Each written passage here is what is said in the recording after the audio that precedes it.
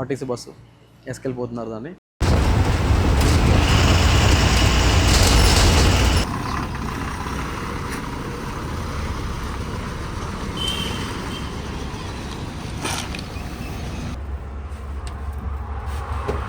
ఆ కొండి పోతుంది మళ్ళీ టేప్ రికార్డ్ డ్యామేజ్ అవుతుంది.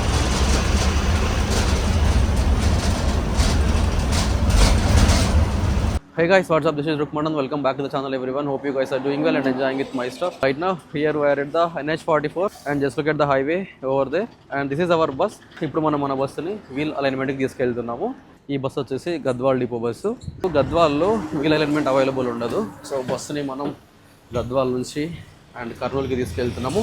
No one in the bus, నేను అండ్ డ్రైవర్ మాత్రమే వెళ్తున్నాము. బస్ వచ్చేసి గద్వాల్ టు వనపర్తి రూట్లో జరుగుతుంది. అండ్ గద్వాల్ టు వనపర్తి రూట్లో వీల్ అలైన్మెంట్ పాయింట్స్ ఎక్కడా లేవు. గద్వాల్కి దగ్గరలో ఉన్న వీల్ అలైన్మెంట్ పాయింట్ వచ్చేసి కర్నూలు. ఈ ఆర్టీసీ బస్సులకు ఫాస్ట్ ట్యాగ్స్ మొత్తం ఆర్టీసీ వాళ్ళే మేనేజ్ చేస్తారు. ఈ బస్సుకి ఫాస్ట్ ట్యాగ్ ఏ మిర్రర్ అయితే స్టిక్ చేసి ఉంటుందో ఆ పర్టికులర్ మిర్రర్ని రిమూవ్ చేసాము. అది క్రాక్స్ వచ్చింది, అది మళ్ళీ ఎప్పుడన్నా ప్యాసింజర్స్ మీద పడుతుందేమో అని చెప్పేసి ప్యాసింజర్ సేఫ్టీని కన్సిడర్ చేసి మేము ఆ మిర్రర్ని తీసేసాము. ఈ బస్ వచ్చేసి హైవేలో ఓన్లీ 8 to 9 kilometers మాత్రమే జర్నీ చేస్తుంది. ఇక్కడ ఫాస్ట్ ట్యాగ్ అనేది యూజ్ అవ్వదు. మాకు ఇక్కడ ఫాస్ట్ ట్యాగ్ అవసరం రాలేదు. ఇందాక అలైన్మెంట్ చేయించుకున్నామని చెప్పేసి కర్నూలుకి వస్తూ మధ్యలోకి వచ్చిన తర్వాతకి మా డ్రైవర్ ఫాస్ట్ ట్యాగ్ లేదని చెప్పాడు. ఇప్పుడు ఇక్కడ మనం ఫుల్ పేమెంట్ అయితే చేయాల్సి వస్తుంది బస్సుకి. ఒకవేళ ఆ ఫాస్ట్ ట్యాగ్ మన దగ్గర ఉంటే జస్ట్ ఆ అమౌంట్ మాత్రమే ఆర్టీసీ వాళ్ళు బిల్లులో కట్ చేస్తారు. By the way this is the Pullur toll plaza. And ఇది దాటినామంటే నెక్స్ట్ కర్నూలు. ఇక యాక్చువల్గా దానికి ఇక్కడ ఉండాలి ఫాస్ట్ ట్యాగ్, అండ్ ఆ ఫాస్ట్ ట్యాగ్ లేదు. ఇప్పుడు చూద్దాం ఎంత తీసుకుంటారో మన దగ్గర. ఫాస్ట్ ట్యాగ్ లేకుండా కూడా ఓపెన్ అయిపోయింది ఇది. అవునా,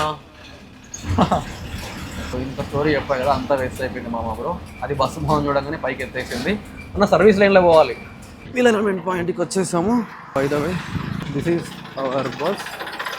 బస్సుల్ని బయటకు తీసుకొచ్చినప్పుడు చాలా జాగ్రత్తగా వెనక ముందు ఉండి చూసుకోవాలి. ఇవి చాలా డెలికేటెడ్ బాడీస్ కదా, ఎవరైనా తలిగించినా తొందరగా డ్యామేజ్ అయిపోతాయి లారీలు లాంటివి. సో లారీలు చాలా హార్డ్ బాడీతో ఉంటాయి, ఇవన్నీ చాలా గట్టిగా ఉంటాయి. కానీ ఆ సోకాల్డ్ స్లీపర్ బస్సెస్ ఉంటాయి కదా, అవి ఇంకా తొందరగా డ్యామేజ్ అయిపోతాయి. రెగ్యులర్గా వేరే రూట్లో తిరుగుతుంది, వాళ్ళకి ఆ రూట్ ఐడియా ఉంటుంది. బట్ ఇలాంటి రూట్ అయితే ఐడియా ఉండదు కదా. మనం ఈ విధంగా నీట్గా పెట్టుకోవాలి బండిని.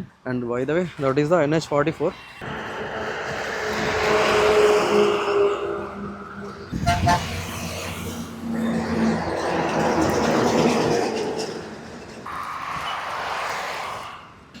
This is our bus. అది వచ్చేసి అలైన్మెంట్ సెంటర్.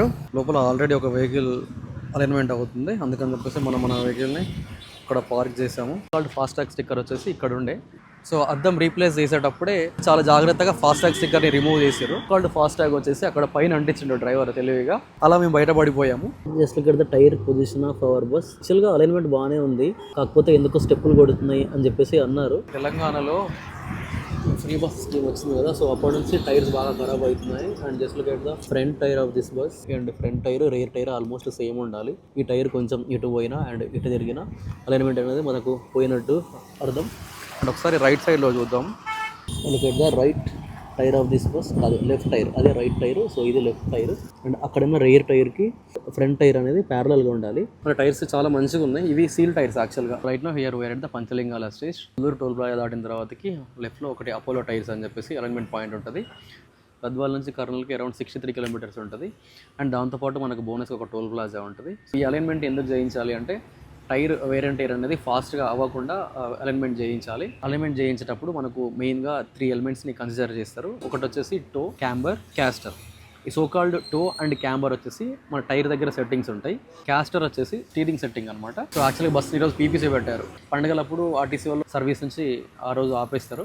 ఎలాగో ఖాళీగా ఉండాల్సిందే, అది కూడా పని చేపిద్దామని చెప్పేసి డ్రైవర్ సాటిస్ఫాక్షన్ కోసం అని చెప్పి పట్టుకొచ్చిన బస్సు. సో అలైన్మెంట్ చేయించడం వల్ల ఏమవుతుంది అంటే టైర్ వేర్ అండ్ టైర్ తగ్గుతుంది, టైర్ లైఫ్ పెరుగుతుంది. ఆ పర్టికులర్ రీజన్ కోసమే మేము అరౌండ్ 63 kilometers ఉంటుంది మనకు గద్వాల్ నుంచి కర్నూలుకి. ఇంకొక 8 kilometers బ్యాకే ఉంది so called wheel alignment point. And మాకన్నా ముందు ఒక 2 లారీలు అవుతున్నాయి. అరౌండ్ 2 hours నుంచి వెయిట్ చేస్తున్నాం ఇక్కడ. అలైన్మెంట్ అనేది ఏ విధంగా చెక్ చేస్తారంటే, రఫ్గా చెక్ చేయాలంటే స్టీరింగ్ని స్ట్రైట్గా చేసేసి బస్సు యొక్క వెనక టైర్ ఇది అంటే బస్సు యొక్క ఫ్రంట్ టైర్ ఇది. సో ఇలా పెట్టి చూసినాం అనుకోండి, ఆల్మోస్ట్ స్ట్రైట్గా ఉండాలి. ఇలా స్ట్రైట్గా కాకుండా ఫర్ ఎగ్జాంపుల్ టైర్ అనేది పై వైపు బెండ్ ఉంటే క్యాంబర్ సెట్టింగ్ పోయిందని అర్థం. అదే టైర్ అనేది front side, tyre front side ఇలా మూమెంట్ అనేది అవుట్ ఉన్నా లోపలికున్నా సో కాల్డ్ టూ సెట్టింగ్ అనేది పోయినట్టు అర్థం. ఇంకొక సెట్టింగ్ వచ్చేసి castor set. Particular castor setting వచ్చేసి మనకు స్టీరింగ్ దగ్గర ఉంటుంది. మనకు స్టీరింగ్ అనేది డైరెక్ట్ వెళ్ళి యాక్సిల్ కూర్చోదు కదా, సో స్టీరింగ్ కనెక్షన్స్ ఉంటాయి అనమాట. స్టీరింగ్ నుంచి స్టీరింగ్ రాడ్ ఉంటుంది, అక్కడ నుంచి జాయింట్ రాడ్స్ ఒక 2-3 ఉంటాయి అనమాట. ఇలాగా అవి కూడా కొంచెం అటు ఇటు అడ్జస్ట్ అవుతాయి అనమాట. సో యాక్చువల్గా ఇటు పక్క నుంచి మనం యాక్సెస్ చేయొద్దు డ్రైవర్ సీట్ని, but we are accessing now. By this is the Ashok Leyland bus BS4 ఇది. దీని స్టీరింగ్ చాలా పెద్దగా ఉంటుంది, చూడండి ఇంత పెద్దగా ఉంది. అండ్ BS6 బస్సులకు స్టీరింగ్ అనేది చాలా చిన్నగా ఉంటుంది. By the way this is the steering of this bus and this is the dash board. Steering మీద క్యాస్టర్ అడ్జస్ట్మెంట్ చేస్తారు. So if in case steering అనేది టువర్డ్స్ డ్రైవర్ అంటే మనకు ఇటువైపు ఉందనుకోండి, క్యాస్టర్ అడ్జస్ట్మెంట్ అనేది ప్రాపర్గా ఉన్నట్లు. అదే ఇఫ్ ఇన్ కేస్ ఈ స్టీరింగ్ అడ్జస్ట్మెంట్ అనేది టువర్డ్స్ ముందుకు ఉందనుకోండి, మనకు క్యాస్టర్ అడ్జస్ట్మెంట్ అనేది ప్రాపర్గా లేనట్టు. అప్పుడు మన వెహికల్కి వీల్ అలైన్మెంట్ అనేది అవసరం పడుతుంది. సో టైం వచ్చేసి 11:54 అవుతుంది అండ్ మన బస్సు అలైన్మెంట్కి బిట్ మీదకి వస్తుంది.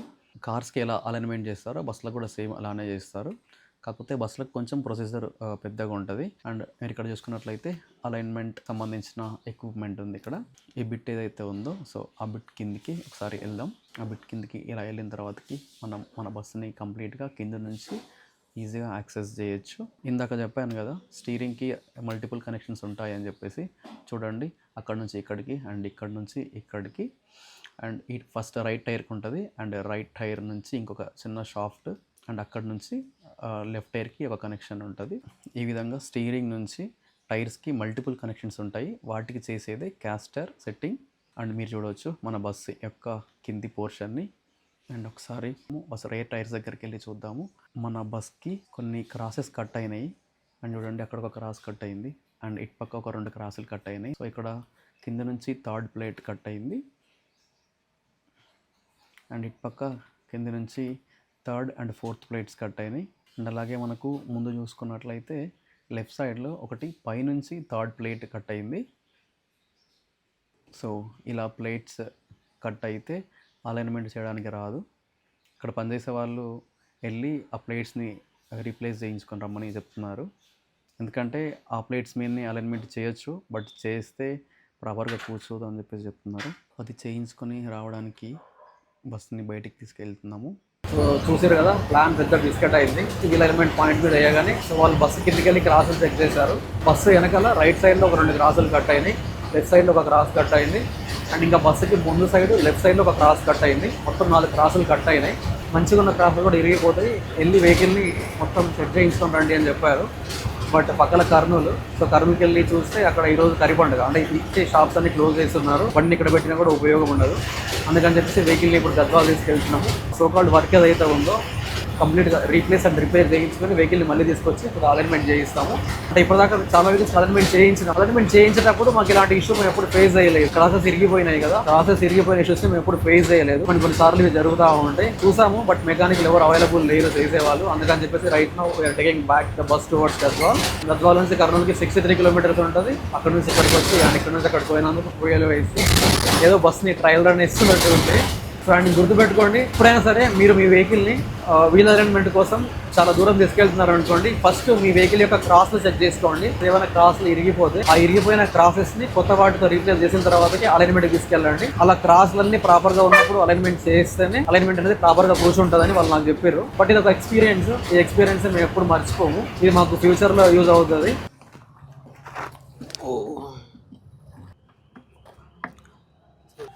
సో ఇందాక కర్నూలుకి తీసుకుపోయిన బస్సు ఇది. టైం వచ్చేసి 3:53 అవుతుంది. బస్ ఇక్కడ హబ్ సర్వీసింగ్ చేయిస్తున్నాము, ఫ్రంట్ అండ్ రేర్. సో ఫ్రంట్లో లెఫ్ట్ సైడ్ ఒక టైర్ అయిపోయింది. హబ్ సర్వీసింగ్తో పాటు ఆయిల్ చేంజ్ కూడా చేపిస్తున్నాం.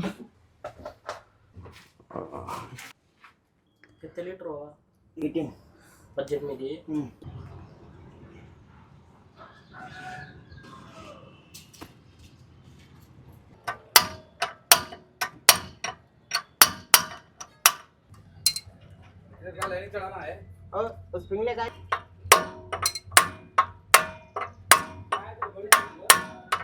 हाँ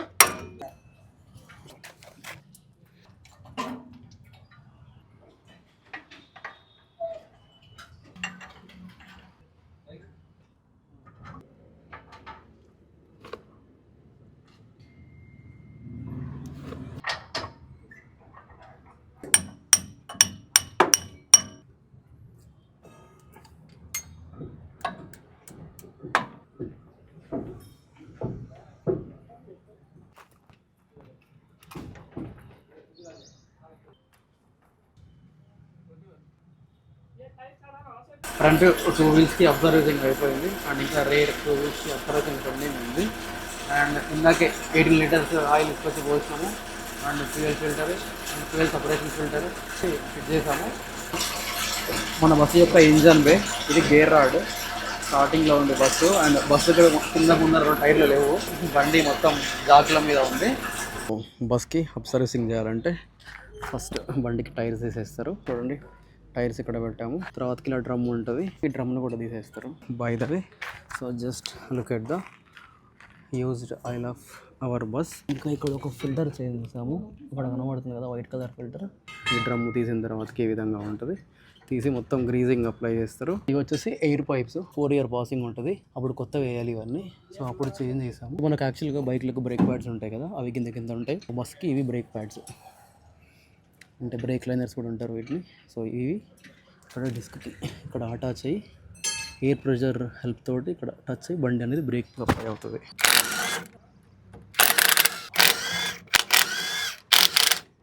సో చలో ఇదన్నమాట ఈరోజు వీడియో. If you guys like the video please like share subscribe my channel. This is Rukmanan signing off. Bye bye, take care. See you in the next video మామూలు.